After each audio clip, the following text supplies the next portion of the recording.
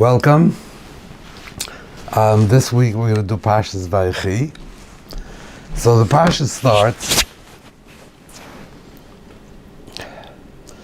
when Yaakov is nearing the end of his life, and he calls Yosef, and he asks him to do Chesed ve'emes, al notik b'reinim b'Mitzrayim.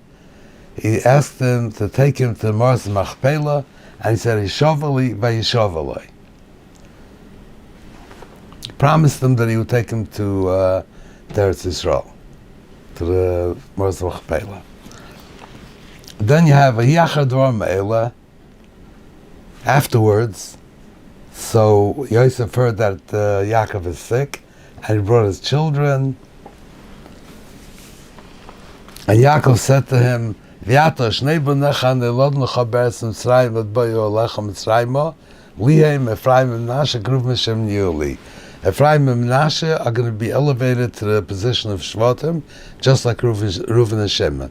U'meladu tocha shalat achreihem lecha you Hashem achayim mikor b'nachlosam. Any children you have afterwards will also be part of Ephraim and Menashe. Now he says to him like this: Ani b'vayim padna aram meislei Rachel beretz Canaan. That Rachel died. So Rashi says,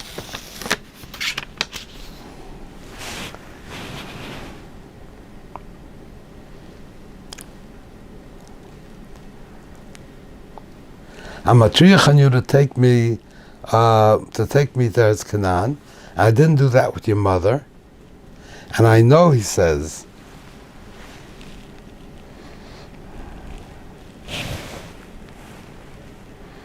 I know that you're upset with me because I didn't take your mother to Mars Machpelah. I buried her by the side of the road. But telling you, Al Pi Adibur Kvartia, I did it Al Pi Adibur. The Rebbeinu Shalom told me I should do it. That when they didn't go to Golas, she will be there and she'll be mispal for them. The question is, I mean, Yosef had a problem with this for a long time, for years and years.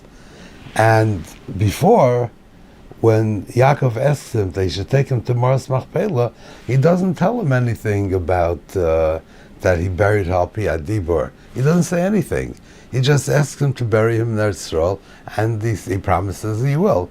Later, after he's sick and he comes, then he tells him that I'm being matriach, you take me to Eretz Yisrael, and you should know that when I didn't take your mother, it was because Al Pi Adibur. Why does this happen here? It belongs before. When he asked him to take him, that's when he should have said it. So I think what he said is like this. Yaakov doesn't owe an explanation to Yosef. Yosef, that's his wife, and he decided that he's going to bury her by the side of the road. Yosef is upset about it. He doesn't owe him an explanation. Yosef didn't ask him. I mean, Yaakov sensed it, but he didn't ask him, and Yaakov didn't tell him anything. So why did he tell him now? Because at this point, before, Yosef has no claim to know. Why? Why does Yaakov have to tell him? Why does he have to give an account of himself to Yosef? He does what he believes is right. But over here, what happened is that he told him that I'm elevating Ephraim and Menashe to be like Reuven and Shimon, and any other children you will have. I don't think he had any more children, but any more children you will have will belong to Ephraim and Menashe. So what he did was, he demoted Yosef. Yosef was no longer a Shevet. Yosef himself, he was replaced by Ephraim and Menashe, and he himself was demoted. He was no longer part of the Shvatim. So that's why any other children he has don't belong to Shevet Yosef. They belong either to Shevet Ephraim or Shevet Menashe, because Yosef himself was demoted.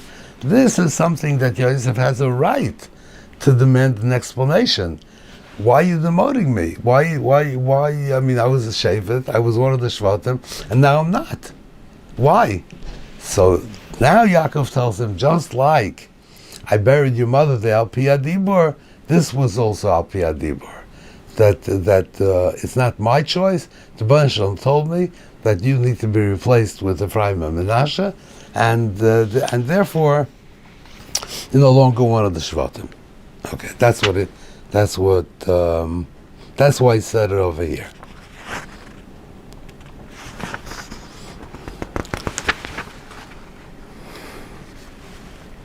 So we come to the brachas. So the question is, why did he wait till now? He criticized Reuven very sharply. Why did he wait till now? So Rashi explains this in the beginning of Dvarim. He says, "Ei machichen es adam ela samach lemisa," that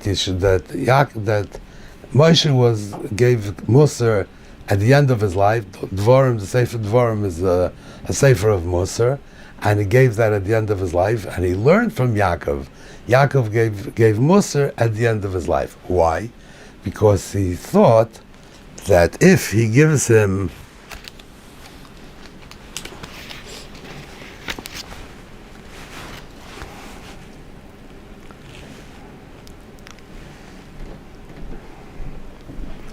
he says, if he would criticize Reuven, that if he would criticize Reuven, Rashi says in the beginning of Dvarim, Pasuk Gimel, that Reuven would leave him and he'd go to Esav. Now, I can understand why Reuven would leave him, maybe be upset, be offended, and he would leave. But why would he go to Esav?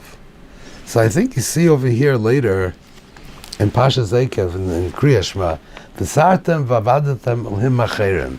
So Rashi says that the V'sartem lifresh Torah, if you turn away from the Torah, mitoch kach v'avadatem l'him acherim. Kivin shodem parish min Torah, haylech medabek b'avodah zarah. If a person is parish from Torah, he goes to avodah zarah. So if you have, let's say, a ger toishav, who is only makabel himself not to avodah zarah, he does learn Torah. He doesn't go to avodah zarah. But you see from over here that if you're a dovok in kedusha and you tear yourself away from it, then you go to the other extreme. So if you learn Torah and you parish from the Torah, you're very likely to end up by avodah zarah. So he said also that if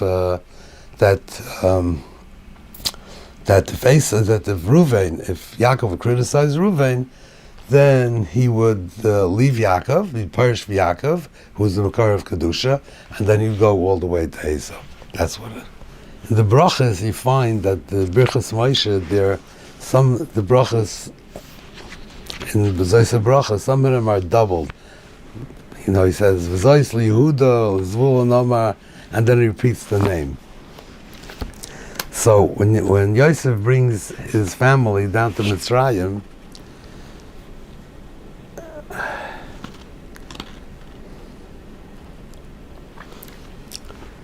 so Paro says to him, V'yom Paro Yosef Lemar, Avicha v'achecha bo elecha. Your father and your brothers have come to you. What does this mean? I mean, he knows, it's obvious. They're here, they came. What is he telling him?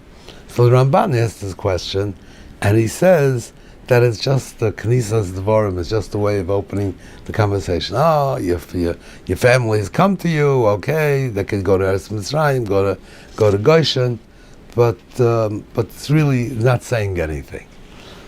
But perhaps I could say differently. He says like this, when Pari finds out, he says, Amor lachecha,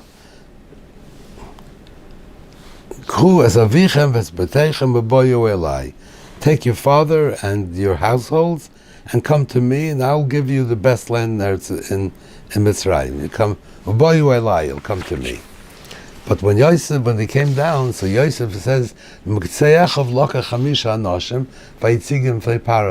didn't put all the brothers in front of him, only 5. Which ones? Rashi says, the ones that the names are not doubled in Zaysa Bracha, because those are the weaker ones. So Paro wanted Anshe Mulchama.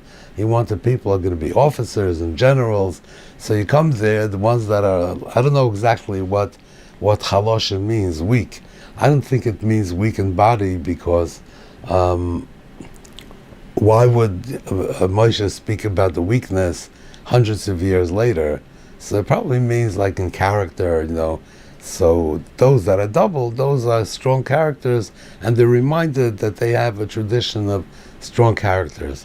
So he put the ones that are weak, and Paris said, what do you do? He says, we're shepherds, So Paris said to Yosef, Yosef Lemar, Avicha v'achecha bo elecha. They came for you, they didn't come for me. In the beginning he said to him, take chus avichem v'zbetechem boyo eloi, come to me, because I want to make use of them. But now, after this whole Yosef's stratagem of taking the weaker ones and presenting themselves as poor shepherds, then he says, okay, I see, they didn't come for me, they came for you. All right. Now, at the end of Vayechi,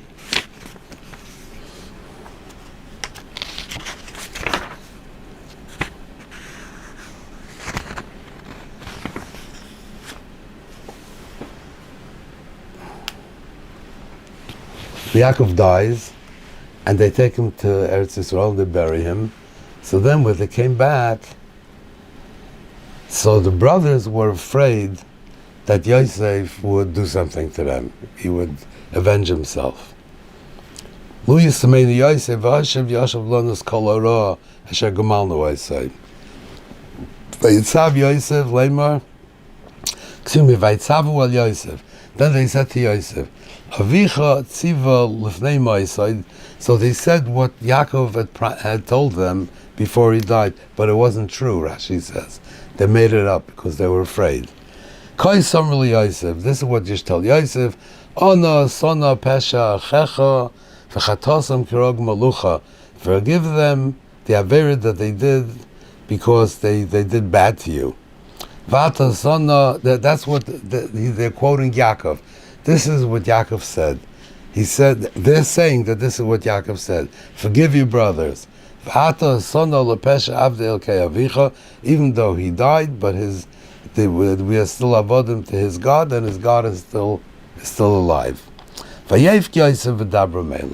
Yosef cried. Why did Yosef cry? Why did he cry? So you might think he cried because they suspected him that he would do something to them. But right after that, right away they said, no, we'll be avodim to you, don't hurt us. So if they understood, how are we to understand Yosef's crying? If Yosef's crying was because he felt bad that they were choshed him, Yaakov never said this, Rashi says, because Yaakov wasn't choshed that Yosef would do this. So if Yosef cried because he felt bad they were choshed him, so why did they say we're going to be avodim to you? They must have understood why he cried. Why did he cry? So you find we know the Medrash says, Rabbi Bechaya and the Rechayim, they all say that the brothers never asked for Mechila, and Yosef was never Meichel them. But it says, Vayerdu Achi Yosef, they went down. They went down to Mitzrayim. They went down, Rashi says, Vayerdu Achi Yosef, they were sorry. They were sorry that they had sold him, and they wanted to resolve that they're going to act with him as a brother. But why were they sorry that they sold him? They didn't think they did anything wrong. They just, like he saw when Vayered Yehuda, they demoted him from his position of leadership because of Yaakov's tsar. So they were sorry that he did it because all the tsar that it caused to Yaakov for all these years. But really, they weren't sorry for the thing itself, and they figured for the sake of their father, they'll go through the motions of brotherhood. But they still thought that they did the right thing, and they never asked for mechila. But you see, Yosef in the beginning, Yosef's tone changes. Yosef says to them, Ani Yosef, V'ato al teyotzvu, v'al yichar b'einechem ki mechartem oisihena. Don't be upset that you sold me. Ki lemichel shechani elkim lefnechem. Hashem sent me here. I should prepare a place where you could live and have food and livelihood. V'ato lo yatem shalachtem oisihena. You didn't send me. Hashem sent me. This is what he said to them. So these are very conciliatory words. He's saying that, no, listen, it was, you did it, but really it was min hashamayim, magzera, that I had to go down to prepare for the family. And it's very conciliatory. Over here,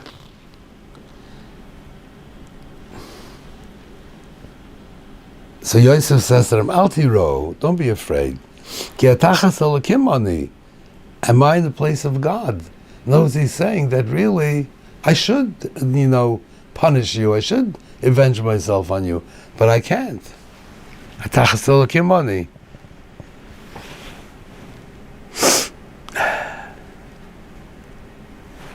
And then he says like this, Veidaber al libam.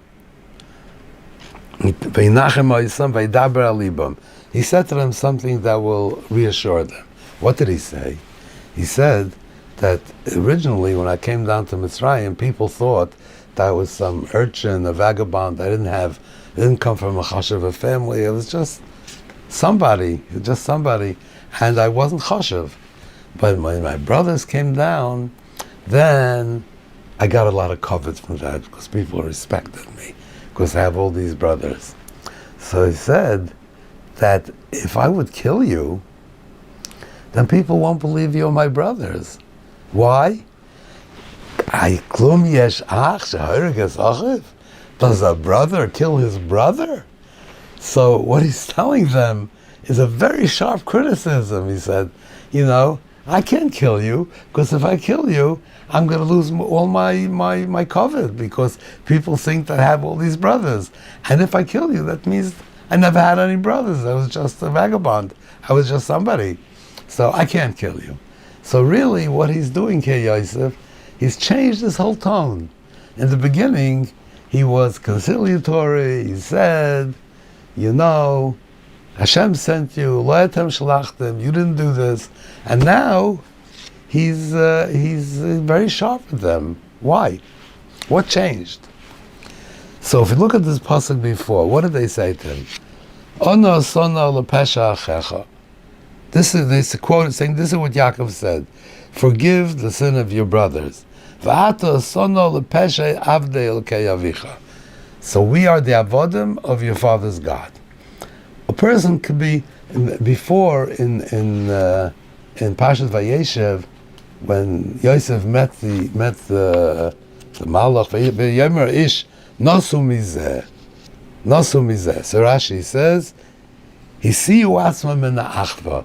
They moved away. They quit. They're no longer brothers. They resigned. Hisiyu atzmam min ha'achva. We're not brothers anymore, and that's why he was. They could do anything. They didn't look at him as a brother. He was not a brother. But there are two ways a person can be a brother. A person can be a brother. Two people can be brothers because they have brotherhood between them. They're brothers. And there's another way is that if you share a father, so even though there are no feelings of brotherhood, but still, you share a father, so you're a brother. So Hisiyu Asam Achva means from feelings of brotherhood. They moved away from any feelings of brotherhood from him. But they still were brothers because of Yaakov, they had a common father. So they said like this. He says, your father said, forgive the Pesach Achecha v'chatosam, forgive them, you're the brothers, right? But said v'ato, now that he's nifter already, now we're not going to ask you as brothers, because we're not brothers anymore. Now we can say Sono l'pesha avdei elkei avicha. We serve the same God that your father served. So therefore, because of that, you should forgive us. That's what they said. So Yosef realized that any hope of brotherhood was completely gone. In the beginning, he was conciliatory. He wanted them to say, maybe, it was Xera, we did it because it was Xera in the Shemayim, we really didn't want to do it, or something, or maybe say, we made a mistake, we shouldn't have done it. He was waiting for them to ask for Mechila. Now, not only did they ask for Mechila, they told him that you are not our brother. We are just the avodim of the God that Yaakov serves.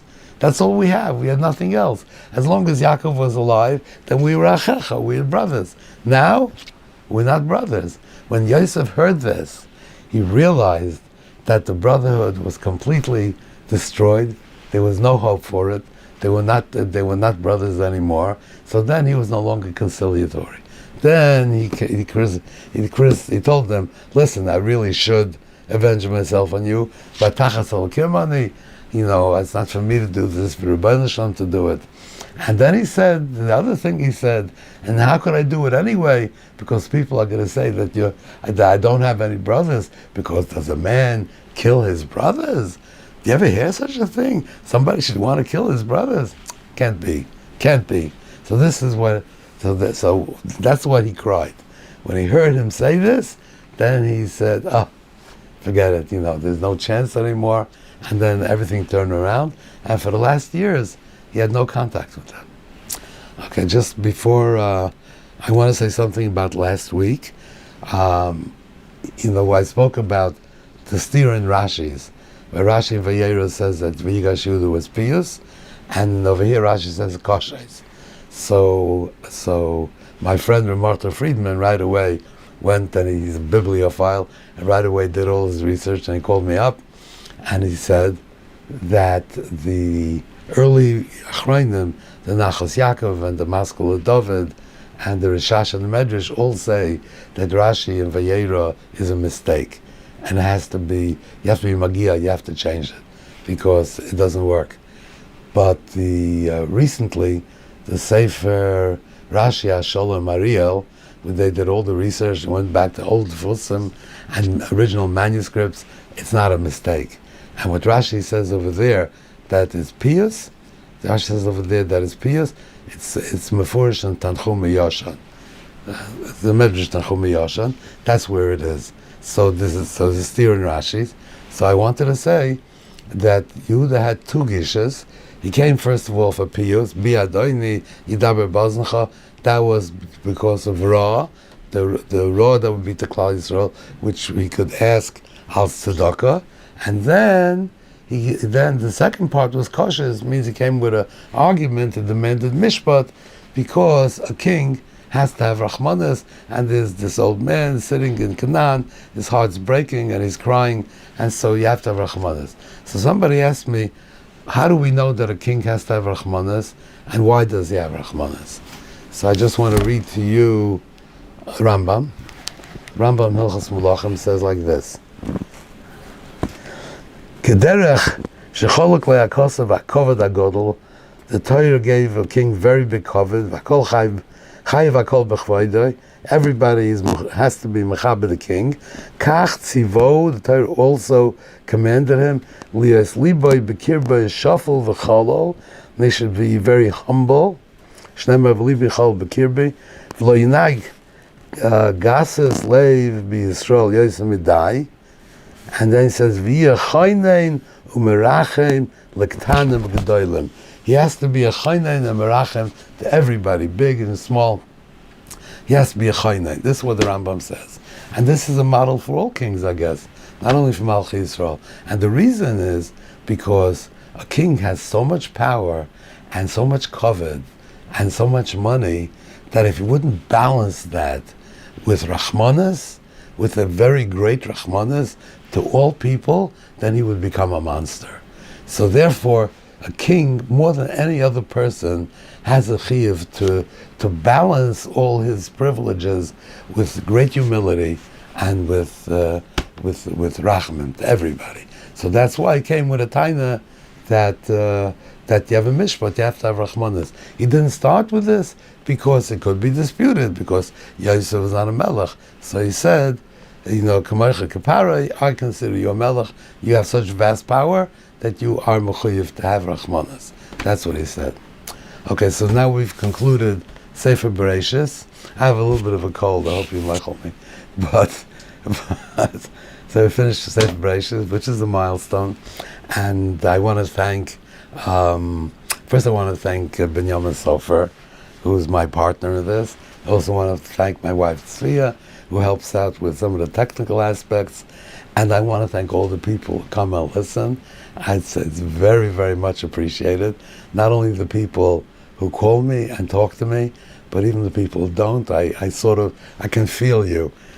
And it's a very great covet for me, and a very great schus that I should be able to. And I said in the beginning, my purpose here is not to use the Chumash as a platform from which to give musar or try to inspire you. It's not my purpose. My purpose is to learn Chumash and Rashi the way we learn Bava Kama, to learn it analytically and lumdish.